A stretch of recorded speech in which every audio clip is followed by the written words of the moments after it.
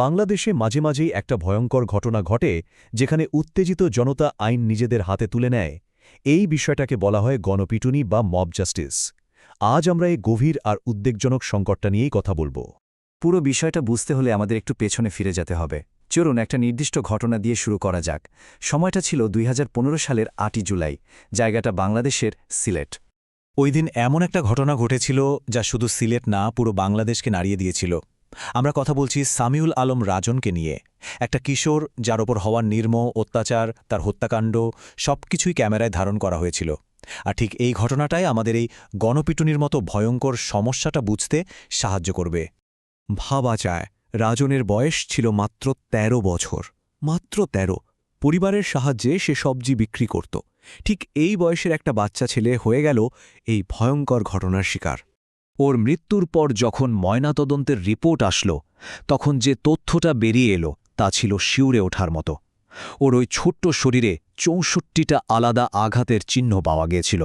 মানে নির্যাতনের মাত্রাটা যে কি ভয়ঙ্কর ছিল তা এখান থেকেই বোঝা যায়। আর এই অত্যাচার চলেছিল প্রায় ৪ ঘণ্টা ধরে। কিন্তু কেন? কারণটা শুনলে আরও অবাক হতে হয়। অভিযোগ ছিল সে নাকি একটা ভ্যান সাইকেল চুরি করেছে। একটা অপ্রমাণিত অভিযোগ। শুধুমাত্র এই সন্দেহের কারণেই ওর ওপর এমন অমানসিক নির্যাতন চালানো হয়। সবচেয়ে ভয়ঙ্কর ব্যাপার হল, যারা নির্যাতন করছিল তারা নিজেরাই এর একটা ২৮ মিনিটের ভিডিও ধারণ করে। আর সেই ভিডিওতে রাজনের বাঁচার আকুতি শোনা যাচ্ছিল। ও বলছিল, আমারে এমনে মারিস না, আমি মইরে যাইমু।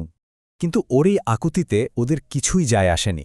বরং ভিডিওতে একজনকে বলতে শোনা যায়, হার ঠিক আছে, আরও মার। মানে কতটা নির্দয় হলে এই কথা বলা যায়। এই ঘটনাটা আসলে বর্বরতার চরম একটা উদাহরণ। রাজনের ঘটনাটা আমাদের নাড়িয়ে দিয়েছে, এটা সত্যি। কিন্তু দুঃখজনকভাবে এটা কোনো বিচ্ছিন্ন ঘটনা নয়, বরং এটা বাংলাদেশে ঘটে চলা সহিংসতার একটা প্যাটার্নের অংশ মাত্র। এখানে একটু লক্ষ্য করলেই দেখা যাবে এই ধরনের ঘটনা বিভিন্ন সময়ে বিভিন্ন জায়গায় ঘটেছে। যেমন ২০১৫ সালে চুরির অভিযোগে রাজনকে মারা হলো। ঠিক তার কয়েক বছর পর ২০১৯ সালে ঢাকায় ছেলে ধরা সন্দেহে তাসলিমা বেগম রেনুকে পিটিয়ে মারা হলো। ২০২৩-এ মাগুরায় গলু চুরির অভিযোগে কাজল মিয়া। আবার এই ২০২৪-এই ঢাকায় ফোন চুরির অভিযোগে তোফাজ্জুল হোসেন। এরা সবাই কিন্তু এই গণপিটুনির শিকার হয়েছেন। তো আসল প্রশ্নটা হলো, এমনটা কেন হয়? কেন সাধারণ মানুষ হঠাৎ করে এতটা হিংস্র হয়ে ওঠে আর আইন নিজেদের হাতে তুলে নেয়? এর কারণটা বুঝতে হলে আমাদের একটা থিওরি বা ধারণার দিকে তাকাতে হবে, যেটাকে বিশেষজ্ঞরা বলছেন নাম স্টেট বা অসার রাষ্ট্র। তার আগে চলুন গণপিটুনি বা মব জাস্টিস জিনিসটা আসলে কি সেটা পরিষ্কার করে নিই। সহজ ভাষায়, যখন একদল মানুষ আইনি প্রক্রিয়ার বাইরে গিয়ে কোনো নিয়মকানুন বা নৈতিকতার তোয়াক্কা না করে নিজেরাই কাউকে শাস্তি দেয়, তখন তাকেই বলে গণপিটুনি। কিন্তু প্রশ্ন হল, মানুষ কেন এই পথে যায়? কেন তারা আইন নিজের হাতে তুলে নেয়? আচ্ছা, একটু ভাবুন তো, যখন দেশের আনুষ্ঠানিক বিচার ব্যবস্থার উপর থেকেই মানুষের ভরসা উঠে যায়, তখন কি হতে পারে? ঠিক এই পরিস্থিতিটাকেই বিশেষজ্ঞরা বলছেন নাম স্টেট বা অসার রাষ্ট্র। মানে এমন একটা অবস্থা যেখানে দেশের আইন, আদালত, বিচার ব্যবস্থা সবকিছু কাগজে কলমে আছে ঠিকই, কিন্তু সাধারণ মানুষের কাছে এগুলোর কোনো গ্রহণযোগ্যতা নেই। তাদের মনে হয় এই ব্যবস্থাটা দুর্নীতিতে ভরা, অনেক ধীর আর অকার্যকর। ফলে এর প্রতি আস্থাটাই ভেঙে পড়ে। আর এই আস্থা হারানোর পেছনে তো অনেক কারণ আছে, তাই না? যেমন বিচার পেতে বছরের পর বছর লেগে যায়, সব জায়গায় দুর্নীতি, সবাই সমানভাবে বিচার পায় না। আবার অনেক সময় আইন প্রয়োগকারী সংস্থার বিরুদ্ধেই মানবাধিকার লঙ্ঘনের অভিযোগ ওঠে। যেমন ধরুন, বিচার বহির্ভূত হত্যাকাণ্ড বা গুমের মতো মারাত্মক সব ঘটনা। এখানে দেখুন, বাংলাদেশের আইন আর বিচার ব্যবস্থার যে আনুষ্ঠানিক কাঠামোটা, সেটা কিন্তু বেশ গোছানো আর জটিল। কাগজে কলমে সবকিছুই আছে, কিন্তু বাস্তব চিত্রটা যখন আমরা দেখি, এই যে গণপিটুনির মতো ঘটনাগুলো, তখন এই পুরো সিস্টেমটার কার্যকারিতা নিয়েই একটা বড় প্রশ্ন তৈরি হয়। এর মানে কি, এই যে বাংলাদেশে এখন দুটো বিচার ব্যবস্থা চলছে, একটা হলো আনুষ্ঠানিক বা আইনি ব্যবস্থা আর অন্যটা হলো জনতার আদালত? সাধারণত আইনি বা আনুষ্ঠানিক বিচার প্রক্রিয়াটা কিভাবে কাজ করে? প্রথমে থানায় একটা অভিযোগ বা এফআইআর করা হয়। তারপর পুলিশ সেই ঘটনার তদন্ত করে। যদি যথেষ্ট প্রমাণ পাওয়া যায় তাহলে মামলাটা আদালতে ওঠে।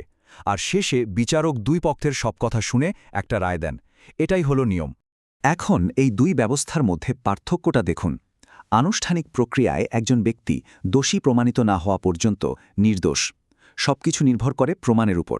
আর শাস্তি হয় একদম শেষে গিয়ে, দোষী সাব্যস্ত হলে। কিন্তু গণপিটুনির ক্ষেত্রে সেখানে একটা অভিযোগই যথেষ্ট, কোনো প্রমাণের দরকার হয় না, জনতাই বিচারক আর শাস্তিও দেওয়া হয় সঙ্গে সঙ্গে। তবে হ্যাঁ, রাজনের ক্ষেত্রে কিন্তু একটা অদ্ভুত ব্যাপার ঘটেছিল। ওর ওপর নির্যাতনের ভিডিওটা যখন ভাইরাল হলো, তখন সারা দেশে যে ক্ষোভ তৈরি হয়েছিল, তার চাপে কিন্তু এই ধীর গতির বিচার ব্যবস্থাই খুব দ্রুত কাজ করেছিল। ভাবা যায়, মাত্র 4 মাসের মধ্যে 13 জনকে আসামি করা হলো, আর 4 জনের মৃত্যুদণ্ড হয়ে গেল। তাহলে প্রশ্নটা আবার ঘুরে ফিরে সেখানেই আসে, বিচারটা আসলে কার হাতে? আর এই প্রশ্নটাই কিন্তু আমাদের দেশের একটা গভীর সংকটের দিকে আঙুল তোলে। এই টাইমলাইনটা একটু খেয়াল করুন। 2015 সালে রাজনের ঘটনার পর থেকে 2024 পর্যন্ত দেশজুড়ে এমন আরও অনেক বড় বড় গণপিটুনি ঘটনা ঘটেছে। আর লাটেস্ট আগস্ট 2024-এর যে বড় রাজনৈতিক পরিবর্তন হলো, এরপর প্রাতিষ্ঠানিক কাঠামোটা কিছুটা দুর্বল হয়ে পড়ায় এ ধরনের ঘটনা আরও বেড়েছে বলে বিভিন্ন রিপোর্টে উঠে আসছে।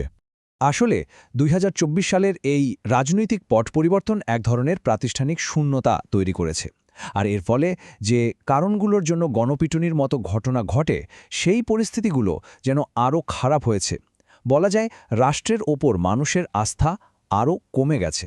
আর সব শেষে আমরা একটা খুবই অস্বস্তিকর কিন্তু মৌলিক প্রশ্নের সামনে এসে দাঁড়াই।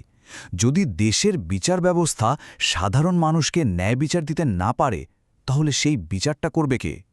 সম্ভবত এই প্রশ্নটাই এখন বাংলাদেশের জন্য সবচেয়ে বড় চ্যালেঞ্জ।